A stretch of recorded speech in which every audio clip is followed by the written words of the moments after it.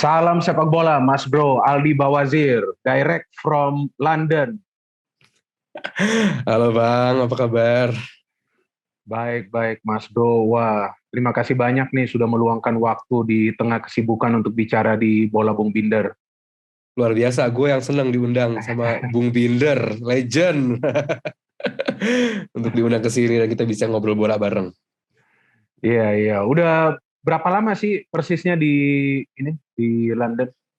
Nanti bulan Mei 2 tahun. Bulan Mei 2 tahun ya. Iya, nutup 2 season.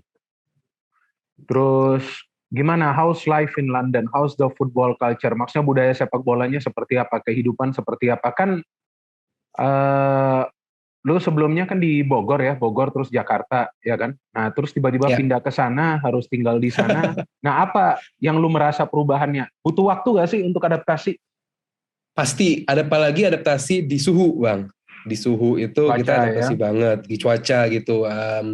Apalagi Inggris ini, apalagi London lebih tepatnya ya, you never can Hmm, predict about the hmm. weather. Sekarang cerah, nih sejam kemudian belum tentu ini cerah lagi Oh, gitu. begitu ya. Hmm, Iya, jadi kemana-mana sunblock harus bawa, payung harus bawa, atau hmm. paling enggak hoodie gitu, biar nggak, karena kita nggak pernah tahu Bang, apalagi Iya, forecast forecast ya udah asal forecast aja gitu. Kita nggak tahu ke depannya bisa gimana nih cuaca gitu. Dan menyenangkan banget tinggal di London, Bang. Gua kira karena gua nyari makanan yang halal gitu kan, maksudnya iya, gue iya, pikir iya, jadi iya. makanan halal di sini susah atau ya sulit gitu. Ternyata enggak, gampang banget, komunitinya sangat Hmm. amat welcome. Ya mungkin karena Hmm. London plural banget Bang gitu. Maksudnya Iya, iya, betul. eh, eh, eh, justru gue lihat orang asli British gitu, orang asli Inggris, asli London, di London sendiri, di Central London sendiri, gue justru jarang melihat gitu. Hmm. Banyaknya pendatang gitu kan, even Iya, iya. mayornya kita juga di sini orang-orang pendatang gitu kan. Jadi sangat amat welcome, sangat amat ramah terhadap apa namanya, pendatang gitu. Hmm. Mungkin beda kalau abang mungkin bisa lebih menjelaskan, mungkin daerah Midland sama daerah Northern mungkin lebih gimana terhadap Hmm. pendatang gitu kan. Iya, iya, iya. Mereka masih masih mengutamakan egosentrisnya masih ada di sana. Cuman kalau di London sangat amat menyenangkan gitu, sangat amat ramah. Dan kayak kemarin aja nih ada beberapa teman dari Indonesia yang datang ke sini, Hmm. gue ajak jalan-jalan di London sini, terus gue ajak nonton bola. Mereka kaget, gue pikir Inggris tuh Hmm. yang apa ya, sorry ya, rasis gitu apa segala Iya, macam. iya, iya, iya. Eh, eh, Mungkin ada yang kayak begitu Bang, mungkin ada, cuman gak kita temukan gitu. Dan selama gue 2 tahun di sini pun nggak menemukan hal-hal seperti itu. Jadi intinya menyenangkan sekali tinggal di London. Lu mau, katanya biaya hidupnya mahal ya, tergantung Iya. lagi lu mau berhemat bisa di sini, mau boros ya Hmm. tempatnya gitu. Jadi Iya, iya. balik lagi ke individu masing-masing sih Bang gitu. Gue pernah ke London juga kan, seperti yang gue cerita ke lu. Memang setelah gue ke London, ke Amerika, ke Kanada, ya kalau dibandingkan tiga tempat itu, ya gue memang lebih suka London sih. Mungkin karena gila bola ya. Ya, oh iya, London, apalagi Inggris ya, Inggris sendiri kan emang ke olahraga, lebih tepatnya ke olahraga itu kan luar biasa fanatik gitu. Dan mungkin Hmm. kalau dibandingkan London dengan kota-kota besar lainnya seperti Liverpool atau Manchester atau Hmm. Newcastle, justru London yang paling kurang bolanya. Kenapa? Kalau satu, di London ini banyak banget olahraga, berkuda, Hmm. banyak banget lah, kriket, Ya, segala ya. macam banyak. Kalau abang ke Merseyside, ke Manchester, Hmm. olahraga cuma ada bola doang gitu, dan klub cuma ada dua doang gitu. Fanatisme di sana itu Iya. lebih, di daerah Midlands itu lebih lebih lebih strict, lebih Hmm. fanatis gitu. Kalau di London lu Hmm. kayak eh, lu pakai baju West Ham, lu jalan di depan stadion Arsenal, ya lu masih masih welcome, orang masih kayak ya udah sih gitu. Cuman kalau Oke. di Liverpool, lu pakai baju Everton, ada beberapa pub, ada beberapa kafe yang lu gak boleh masuk Hmm. gitu. Lu pakai baju Everton, lu gak boleh masuk ke sini. Lu pakai baju apa namanya, pakai baju tertentu, atribut tertentu, lu nggak boleh masuk sendiri. Ada cerita sedikit Bang, Hmm. gue ada pengalaman menarik juga soal, karena pertanyaan abang bagus. Waktu itu gue pengen ke Old Trafford Bang, gue Oke. salah turun di, kan stasiun Manchester itu ada dua, ada Manchester Piccadilly, ada Manchester Victoria. Oke. Nah kalau mau ke MU itu, lu turun di Manchester Piccadilly, gue Oke. turun di Victoria, tempatnya Nah, Manchester terus, City. oh, Gue nanya, gue nanya, gue mau ke Old Trafford. Kata dianya, oh lu fans MU, iya. Oh lu naik itu jalur 2 gitu. Ternyata jalur 2 itu diarahin yang buat keluar kota. Waduh. Waduh itu. Akhirnya gue udah ngerasa ini kok salah ya. Ini kok salah. Akhirnya gue balik kereta, begitu balik stasiun itu diketawain sama si orang itu disebut. Jadi di daerah City lu nggak boleh sebut-sebut MU. Terus sebaliknya. Karena lebih strict gitu, apalagi daerah Newcastle, lu nggak boleh asal sebut Sunderland, The Black Cats, itu lebih serem lagi gitu. Makanya kenapa tadi balik lagi kayak yang abang tanyain, gimana London? Ya sangat amat menyenangkan karena orangnya sangat amat welcome. Keperbedaan pun masih banyak yang menghargai gitu, walaupun nggak sedikit juga sih yang masih kolot, masih ada yang beda dengan mereka. Mereka sedikit defensif atau merasa terganggu gitu, ada sih, ada. Cuman secara umum lebih oke lah bang. Oke, tadi lu baru aja ngomong lu fans Manchester United, bukannya lu fans Arsenal? Oh bukan, enggak, itu dia bilang waktu gua waduh harus hati-hati nih ngomong sama jurnalis legend nih, salah ngomong dikit. Oh enggak, waktu itu gue pengen mengunjungi stadion Old Trafford karena kan gue emang di sini gue pengen mengunjungi sebanyak mungkin stadion di sini gitu. Pas ada kesempatan. Pas ada kesempatan. Waktu itu gue habis diajak nonton Liverpool Atletico di Liga Champions. Besoknya gue kosong. Kenapa? Kan Liverpool Manchester kan cuma 40 menit naik kereta. Ya udah gue mengunjungi ke MU, gue pengen lihat sejarahnya, gue stadium tour di sana ya. Ya luar biasa emang nih klub luar biasa. Dia nggak cuma klub, dia institusi yang mewakili nggak cuma Manchester tapi Inggris dan Britania Raya. Jadi kayak itu yang gue coba belajar di sini bang. Gue mempelajari setiap klub apa yang mereka berikan kepada Inggris. Gitu loh, kayak Aston Villa kemarin ya, dia sebagai founding father-nya Liga Inggris gitu loh, nggak ada dia, nggak ada Liga Inggris mungkin sampai sekarang gitu. Dia bener-bener yang ya itulah. Jadi gue mencoba mempelajari sebanyak mungkin hal gitu. Walaupun gue baru sampai Midlands, gue belum sampai Northern, takut gue. Warga keturunan mungkin sedikit sulit. Nah ini yang gue mau nanya, sekarang kita masuk ke sepak bola ya. Kita tahu Premier League musim ini kan ada kejutan juga nih, karena tim seperti Manchester United sekarang bukan bersaing untuk juara, tapi bersaing untuk tempat keempat. Ranking nomor 4 lah, position nomor 4. Dan kita tahu persaingannya kan ketat banget tuh untuk dapat nomor 4. Ya. Salah satunya adalah klub yang kita support, Arsenal kan. Ya. Nah, lu lihat form Arsenal seperti apa nih di awal musim? Mereka kalah 3 kali berturut-turut, kemasukan 9 gol. 9 gol. Ya, 9 gol dari 3 pertandingan. Terus mereka mulai naik, mulai stabil, terus ada kalah lagi, ada draw, ada fase mereka sulit menang. Gue ingat tuh, ada beberapa match sampai yang mereka kalah juga di Everton tuh, kalau nggak salah lawan Burnley pun sulit menang, ada draw kalau nggak salah tuh di kandang sendiri, gue nggak hafal ya. Tapi sekarang gue melihat trennya mulai nanjak. Memang masih ada kesulitan dia menang lawan klub-klub besar seperti kalah lawan Liverpool. Tapi sekarang nih gue ngelihat nih dia berada di depan untuk menyelesaikan musim ini di peringkat nomor 4. Saingannya nih kalau nggak MU hanya West Ham. Ini 2 nih. Antara MU dan West Ham yang akan rebutan untuk peringkat nomor 4. Nah, lu lihat form Arsenal ini bisa berubah karena faktor apa nih? Apa karena faktor Obama yang sudah dilepas atau apa nih? Kan Oba lepas langsung meroket kan mereka kan. Memang Oba juga bagus di Barcelona. Tapi sekarang kan goals are coming in meskipun Laka masih sulit mencetak gol. What do you think? Goals are coming in, yes, but banyak lack of beberapa hal yang memang Arsenal masih menjadi PR, itu benar. Cuman kalau yang gue lihat adalah momentumnya adalah saat Arsenal 10 game unbeaten itu, walaupun emang lawannya kayak Wimbledon, Leeds di Carabao Cup gitu. Cuman ya kayak yang abang pernah bilang juga, kita pernah ngobrol bareng, karena momentum di sepak bola itu sangat amat penting gitu loh. Saat menemukan momentum, Arsenal menemukan kayak oke, bagusnya begini nih gitu. Dan Arteta mungkin dia belajar banyak dari Pep di Manchester City, dia menemukan formula terbaiknya saat ini di Arsenal, bahwa yang gue lihat saat ini di Arsenal adalah yang bagus adalah justru midfieldnya, 3 midfield, yaitu Odegaard, Xhaka dan juga Partey. Ini yang mungkin coba diambil sama Arteta waktu dia di City, bagaimana Rodri, De Bruyne dan juga Bernardo Silva itu muter tiga-tiganya. Jadi fluidity atau kecairan di lini tengah itu benar-benar berasa di Arsenal sekarang, di mana Partey kadang-kadang jadi nomor 10, Odegaard dan Xhaka jadi 6 sama 8, nanti Partey jadi 10. Itu yang apa namanya coba dilakukan oleh Arteta di lini tengah, dan itu berhasil. Selain itu Martinelli juga oke on form sejak balik dari cedera. Pakat. Ternyata dia bukan nomor 9 dan orang bilang bahwa Martinelli adalah penggantian tepat bagi Aubameyang. Itu sangat amat salah. Yes. Karena dia adalah nomor 11, dia winger gitu loh. Tapi dia memiliki shoot yang bagus gitu. Walaupun belum menunjukkan secara quantity golnya, cuman dia memiliki itu gitu loh. Dan dia di umur yang semuda itu dia memiliki audacity atau keberanian untuk fight, untuk duel dengan back lawan yang istilahnya udah pengalaman. Itu yang yang saat ini Arsenal sedang miliki gitu. Walaupun kemarin untuk lawan Aston Villa dia dicadangkan atau nggak main, Smith Rowe yang sebelah kiri.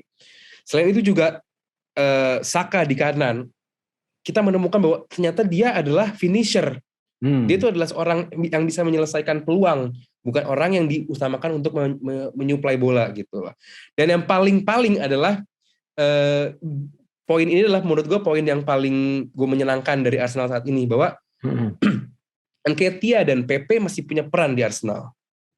Masih punya ya? Masih punya. Kenapa? Saat Arsenal punya plan A yang nggak jalan, dua orang ini bisa menjadi perubah keadaan. Kita lihat waktu lawan Wolves. Sejak dua masuk ini bisa berubah ya. Bisa berubah. Jadi Arsenal ini nggak cuma punya satu skema, dan kalau skema ini gagal Arsenal gagal gitu. Enggak, Arsenal punya beberapa skema, dan ini yang gue senang dari sebuah klub, dia nggak cuma fokus sama satu skema gitu. Ini yang gue lihat bahwa Arsenal ini saat ini sedang bagus. Apalagi Ramsdale dan 4 back di depannya juga lumayan oke, dan somehow Cedric bagus gitu di kanan untuk menggantikan Tomiyasu gitu. Iya, jadi buat gue oke, kita nggak usah terlalu kalau kita menghadapi tim-tim besar seperti Liverpool, Chelsea dan juga City, kayaknya kita berat. Ya udah, kita nggak usah fight untuk war yang kita nggak bisa menangkan gitu. Kita fight untuk war yang kita bisa menangkan saja gitu. Dan terbukti dengan kita fokus untuk hal-hal yang kita bisa menangkan, kita ada di peringkat 4 nih. Dan siapa yang sangka Arsenal bisa di peringkat 4 gitu kan, Bang? Dengan materi pemain seperti sekarang, banyak pemain muda, banyak pemain yang belum matang. Iya, banyak pemain baru. Nah, menurut lu chances-nya seperti apa nih dibandingkan Manchester United dan juga West Ham untuk berada di top 4? Karena menurut gua Arsenal perlu Champions League football. Kalau enggak, sulit mendatangkan pemain musim depan. Sulit banget. That's the point. Ya, Arsenal sangat amat butuh. Chances? Paling enggak main di Eropa. Main di Eropa. Menurut lu? Kita lihat United masih menghadapi Chelsea dan masih menghadapi Liverpool di Anfield. Arsenal lawan beratnya Chelsea dan MU. Ya. Chelsea dan MU. Jadi ya, tapi Arsenal punya minus 1 game gitu loh. Jadi betul. Kalau kita kalah di 1 game tersebut, paling nggak kita fokus betul lawan MU nanti di Emirates 23 April kalau nggak salah. Itu yang penentuan itu. You cannot miss that game. I mean, iya. Jadi chance-nya buat Arsenal saat ini sekarang ada di tangan Arsenal chance-nya. Jadi kita nggak perlu nunggu hasil dari klub lain untuk kita meraih ini gitu. Chance ada di tangan Arsenal. Arsenal bisa apa enggak gitu. Kalau MU kondisinya, untuk semua fans MU yang nonton ini, MU masih mengharapkan Arsenal untuk blunder, Arsenal untuk miss, Arsenal untuk slip, untuk bisa nyalip Arsenal. Cuman kalau Arsenal nggak perlu nunggu itu. Bahkan kalau kemarin waktu Arsenal bisa seri aja atau menang lawan Liverpool, Arsenal mungkin bisa chance untuk peringkat 3. Karena bakal cuma beda 2 poin sama Chelsea. Jadi peringkat 4 buat gue di tangan Arsenal sendiri. Jangan ada kalah-kalah yang gak penting menghadapi klub-klub yang harusnya kita bisa winnable fixtures, kita harus maksimalkan. Dan menghadapi Chelsea di Stamford Bridge berat, cuman we'll see. Ya, kita lihat. Kalau feeling gue chances-nya cukup besar untuk Arsenal ya. Paling nggak mereka bisa main di Eropa next season ya. Kalau gue sih bagi gue kalau Champions League gak dapet ya at least Europa League. Para pemain muda ini perlu mendapatkan kesempatan bermain di Europa League, exposure mereka akan jauh lebih besar ya kan. Nah kita lihat dan beberapa pemain juga mau extend kontrak, dia punya klausul main di Eropa, Bang. Oh, karena itu ya, maka itu mereka betul-betul penting ya harus main di Eropa. Ya. Oke, sekarang setelah Arsenal nih ada satu lagi nih yang lagi rame, yaitu klub tetangganya nih Chelsea. Ya, kalau soal form kan ya Chelsea masih bagus formnya. Oh iya dong, lagi iya dong, menang, ya kan? iya dong, Mereka iya dong. masih fokus pada permainan, padahal kita tahu kan ada faktor non teknis kan, ada sanksi ke Chelsea. Nah, gue agak bingung sih, karena gue kan di sini di Jakarta hanya baca-baca media-media di internet, kemudian media sosial. Nah, gue agak bingung, apakah bisa pemerintah itu ikut campur dalam kegiatan klub sepak bola di Inggris? Ya, Iya, kan memang nih ceritanya nih pemerintah Inggris mau kasih sanksi ke Abramovich, ya kan? ya. Terus mereka kasih juga sanksi ke Chelsea, ya. Ada kan sanksi-sanksinya yang dikasih. Nah, apakah di Inggris nih beda nih? Ketika pemerintah bisa memberikan sanksi ke klub, bukannya harusnya Premier League memberikan sanksi ke klub atau the FA Football Ya. Association. Ini apa ada case yang berbeda atau apa? Atau ada sesuatu yang kita nggak tahu di sini yang bisa membuat Jadi, pemerintah itu sanksi itu betul dari pemerintah Inggris kan? iya betul. Dari Kementerian Olahraga, dari Sport Minister. Nah, Kementerian Olahraga kan itu artinya intervensi dong, bukan? Ya, karena ini masuknya Bang, masuknya ini udah ke hukum internasional. Karena hukum internasional masuknya adalah kasus, mungkin kalau di bahasa Indonesia kan kasus luar biasa gitu loh ya. Jadi, dan bentuknya pun bukan intervensi, maksudnya kayak pengawasan dari negara gitu. Karena FA hanya untuk fokus ke day to day-nya klub dan liga, serta pemain. Supporter pun nggak dimasukkan ke FA gitu loh. FA ada lagi untuk urusan supporter. Jadi karena ini masuk ke hukum internasional, yang coba untuk dilakukan oleh negara adalah jangan sampai ini klub menjalankan bisnis, uangnya masuk ke entitas yang harusnya sedang disangsi gitu. Entitas yang asetnya sedang di-freeze. Dalam kasus ini Abramovich. Jadi jangan sampai jualan duitnya masuk ke Abramovich gitu loh. Itu yang coba dilakukan oleh negara dalam kasus ini sport minister yaitu si Nigel Huddleston. Kasus terupdate-nya adalah sekarang Chelsea kan masuk semifinal FA Cup. Itu di Wembley. Mereka sedang bingung gimana caranya biar stadion full, Wembley full, tapi nggak boleh jualan Chelsea. Nah itu kan suatu hal yang anomali gitu saat lu butuh stadion full tapi lu nggak boleh jualan, supporternya nggak boleh masuk. Ini yang coba sedang dilakukan oleh Chelsea untuk bisa, ayo dong. Dan harusnya juga Chelsea, FA dan juga negara harusnya sedikit lebih sadar diri bahwa jangan sampai yang melakukan kesalahan siapa, yang kena salahnya justru siapa. Jadi itu bahwa jangan sampai arogansi negara ini kenanya ke fans Chelsea gitu. Dan sekarang kan Jumat kemarin itu, Jumat waktu Inggris, list nama-nama orang yang tadinya akan membeli Chelsea itu kan sudah tutup buku lewat Raine Group itu tadi. Ada beberapa nama yang tadinya dia adalah pemilik dia Cubs, siapa Johnson siapa gitu. Karena dia pernah melakukan komen rasisme di internet ya. Jadi sekarang sedang naik trending say no to Ricketts Johnson kalau salah. Oke. Jadi sedang trending tuh Bang, say no to Ricketts. Dan kalau siapapun yang nanti akan membeli Chelsea akan menjadi klub olahraga termahal di dunia. Saat ini termahal adalah Brooklyn Jets basket NBA dengan nilai 2,5 billion. Chelsea akan dijual dengan nilai 3 billion. Jadi luar biasa. Nah, menurut lo apakah nanti dengan pindah ownership dari Chelsea bisa ada sesuatu perubahan yang signifikan? Karena kita tahu kan sebelumnya Roman ini kan dia hands on, artinya dia benar-benar terlibat ya dari urusan bisnis sampai ke urusan pertandingan lah. Nah, menurut lo nih owner baru yang masuk, ya siapa nih kira-kira yang bisa, ya memang sih gak bakal bisa menggantikan Roman, tapi yang mirip-mirip lah, 11-12 gitu istilahnya, yang mirip-mirip. Agar Chelsea ini ya masih bisa mempertahankan lah tren mereka untuk mendapatkan gelar ya. Karena kita tahu kan Chelsea ini berubah sejak Roman ambil alih kan. Oh ya jelas, betul, 2003. Kan? Nah menurut lo siapa nih kira-kira yang kandidat yang menurut lo akan cocok nih menggantikan Roman?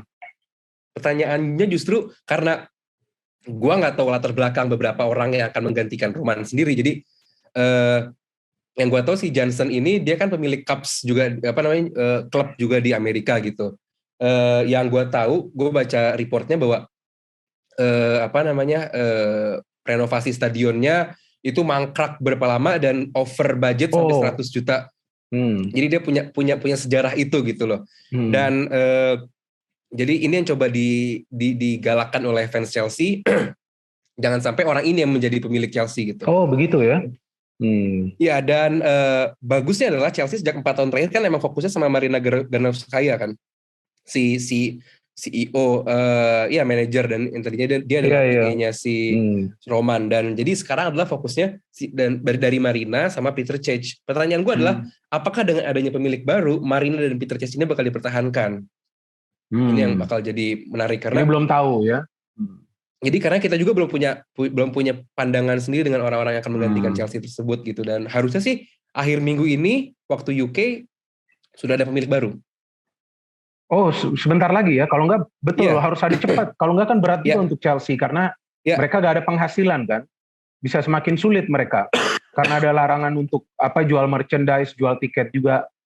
Oke, ini menarik juga infonya, dan terakhir yang ingin gue tanyakan nih. Liverpool atau City nih yang juara? Liverpool, kenapa? Biar sama levelnya kayak MU. biar MU nggak yang paling jago dapat 20 gelar, biar sama gelarnya kayak MU. Ya itu kan kalau kita bicara soal gelar. Tapi apa alasan lu kok bisa menjagokan Liverpool? Somehow gue kenapa tadinya gue City bang, pertandingan City menghadapi Palace di Selhurst Park yang gue nonton juga, gue menunjukkan bahwa tim ini butuh striker. Tim ini bagus menciptakan peluang, tapi saat dia stuck, dia mendapatkan lawan yang low block end, dia butuh seorang finisher, dan itu yang lack atau itu yang nggak ada di City saat ini. Dan 8 game ke depan ini bakal menjadi game yang vital, apalagi puncaknya nanti tanggal 10 April saat keduanya bertemu di Etihad. Itu bakal menjadi game yang luar biasa, dan entah kenapa Liverpool dengan sejak kedatangan Luis Diaz makin serem gitu di kirinya gitu. Dan ini yang menarik dari Liverpool adalah saat ini kan Salah bingung nih mau pertahankan apa dijual, kontraknya minta panjang. Ini kan bukan hal pertama di Liverpool saat bintang mereka minta gaji besar, minta kontrak besar, lalu sudah dipersiapkan nama penggantinya. Kayak dulu zamannya Kevin Keegan pengen cabut, udah ada Kenny Dalglish yang siap untuk menggantikan gitu. Nah mungkin Luis Diaz sendiri pun didatangkan untuk Salah lu kalau emang nggak mau perpanjang, kita udah punya Luis Diaz, mungkin ini jadi ultimatum juga. Dan somehow ultimatum ini bagus juga di lapangan, score goal, betul, and everything. Dan Firmino juga beberapa kali game waktu menghadapi Arsenal bagus juga mainnya. Jadi gue lihat dan sementara City ada beberapa poin yang dia bisa kecolongan kalau nggak hati-hati. Kalau Liverpool buat gue terlalu kuat gitu. Kita lihat nanti, ini kan lagi lagi international break. Kita lihat siapa pemain yang cedera, siapa pemain yang nggak bisa tanding gitu. Karena itu tuh hampir selalu terjadi sejak international break, pasti ada pemain yang nggak bisa tanding, pemain yang nggak bisa cedera. Apalagi Portugal, Bernardo Silva, Diogo Jota itu bakal main juga gitu kan. Rodri. Terus juga banyak pemain Liverpool dan City yang bakal aktif untuk di kualifikasi Piala Dunia gitu kan. Portugal juga. Betul. Nah, banyak yang menilai bahwa City itu tanpa striker tetap kuat, dan City itu tanpa striker bisa juara seperti yang mereka lakukan musim lalu. Tapi banyak yang lupa bahwa musim lalu itu Liverpool sebetulnya momentumnya lagi bagus sampai para pemain mereka tuh yang di belakang mulai cedera. Betul kan? Nah, jadi ini yang menurut gue perlu dijaga oleh kedua tim, baik City dan juga Liverpool. Jadi mereka harus menjaga kebugaran pemain mereka di tengah jadwal yang padat. Nah, dan analisa lu ini juga logis sih, karena Liverpool ini sekarang momentumnya lagi naik, dia pemain-pemainnya lagi bugar, pelatihnya ini sudah paham bagaimana caranya, and they cannot stop scoring goals. Jadi ini tim menurut gue adalah mesin gol. Mereka dalam keadaan sulit apapun, mereka bisa come out dari tekanan itu, karena mereka punya lini depan yang kuat. Kuat dalam arti kata yang bisa tetap perform dalam situasi-situasi yang sulit. Dan sekarang defense mereka bagus, kiper ada. Nah, City menurut gue selain striker, kalau lu perhatikan, mereka ini kalau lawan tim yang mengandalkan counter pasti berat. Dan Liverpool itu salah satu tim yang efektif mencetak gol itu dari counter. Counter press, exactly, yes. Dia counter press, dia main cepat tuh dia bisa back City itu bisa kemakan. Jadi memang nanti penentuannya menurut gue nanti waktu ketika mereka bermain di Etihad, tapi kita juga harus harus lihat bagaimana nanti kedua tim ini bisa menjaga pace mereka kan sampai ketemu nanti di Etihad. Ini pasti seru dan dua tim ini masih di Champions League juga loh. Ini yang menarik. Champions League. Jadi gak ada yang diuntungkan. Jadi gak ada yang diuntungkan. Iya, FA Cup masih iya, kan betul. bisa ketemu juga di final mereka. Bisa ketemu, iya. Bisa ketemu juga. Ya, ada cerita yang menarik juga, Bang. Di tanggal mereka nanti kalaupun ketemu mereka di Wembley itu pas lagi Easter. Artinya lagi Paskah. Artinya nggak ada kereta dari Manchester atau dari Liverpool ke London. Itu. Jadi sekarang di sini beritanya adalah tolong dipindahkan venue-nya dari Wembley ke either Old Trafford atau ke stadion di Midlands. Gitu. Jadi loh. Bisa ke sana supporter ya. Karena di tanggal tersebut nggak ada kereta dari Liverpool atau Manchester ke London. Ini yang lagi rame sekarang di sini. Oke, menarik nih info-infonya dari Aldi Bawazir nih, dan teman-teman juga perlu juga subscribe ke channel YouTube dari Aldi Bawazir nih. Apa nih namanya? Coba diinformasikan dong. Namanya Aldi Bawazir aja, Aldi Bawazir ya. Nah, iya, teman-teman yang belum nonton kontennya, belum subscribe, langsung subscribe dan nonton. Saya sih udah nonton 3-4 videonya. Itu tentang Mas Aldi ini buat vlog pada saat nonton kan. Nah, itu menarik sekali itu. Paling enggak kita juga bisa melihat suasananya seperti apa. Anyway, thanks Mas Bro udah meluangkan waktunya. Thank you, Bang. Dan gue berharap nanti next ada waktu lagi untuk collab, kita diskusi lagi. Maybe after Chelsea get a new owner, setelah Chelsea dapat owner yang baru, dan sebelum Arsenal lawan MU, itu pasti menarik sekali. Karena itu penting. Jadi juara Premier League siapa menurut Abang? Kalau menurut gue juara Premier League Liverpool juga. Nice. Liverpool. Karena tadi kan gue udah kasih analisa gue. Karena Liverpool itu musim lalu itu dia terhenti, dia punya momentum karena pemain-pemainnya mulai cedera, dan hal seperti Liverpool itu sekarang dirasakan sebetulnya oleh Chelsea. Ketika Chelsea momentumnya lagi bagus, pemain-pemainnya cedera, tapi bedanya Chelsea lebih banyak cedera di tengah, Liverpool lebih banyak cedera di belakang. City pemain-pemainnya fully fit, Pep banyak melakukan rotasi, jadi ya musim lalu dia gak terhentikan, dia gak ada masalah, pemainnya bugar terus. Ya anyway, thank you Mas Bro. So see you again next time. Jaga kesehatan. Ya, kita jaga kesehatan dan kita saling berkomunikasi. Kita tunggu nih bagaimana nanti next match dari Arsenal, dari MU, Liverpool dan juga City. Thank you. Thank you, Bang. Stay healthy. Thank you.